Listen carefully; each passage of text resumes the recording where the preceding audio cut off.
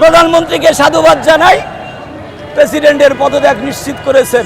এখন প্রধানমন্ত্রীর কাছে দাবি একটাই, অবিলম্বে চুপ্পুকে গ্রেপ্তার করেন। যারা এই ইসলামী ব্যাংকের দুর্নীতির সাথে জড়িত, এ যদি সরকার প্রধানও হয় তার বিরুদ্ধেও আমরা অ্যাকশনে যাব, কাউকে আমরা ছাড় দিব না ইনশাআল্লাহ।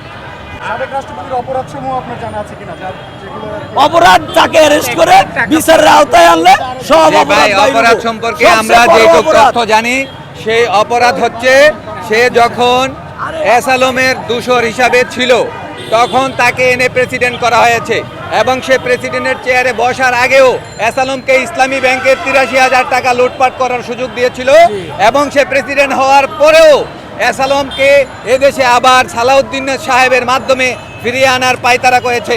এই সমস্ত বিষয়াদিগুলো পরীক্ষিত এবং প্রমাণিত। সুতরাং আমরা যারা কুফরি চিন্তা লালন করে তারা সবাই একই চিন্তার হয়, সুতরাং তারা দুর্নীতিবাজরা সবাই একই চিন্তার, তাদের দুর্নীতি বন্ধ করাই হচ্ছে আমাদের লক্ষ্য। যদি ইসলামী ব্যাংকের টাকা ফিরিয়ে আনার জন্য চুপ্পুকে কেন, যারা এই ইসলামী ব্যাংকের দুর্নীতির সাথে জড়িত, এ যদি সরকার প্রধানও হয় তার বিরুদ্ধেও আমরা অ্যাকশনে যাব, কাউকে আমরা ছাড় দিব না ইনশাআল্লাহ। আল্লাহ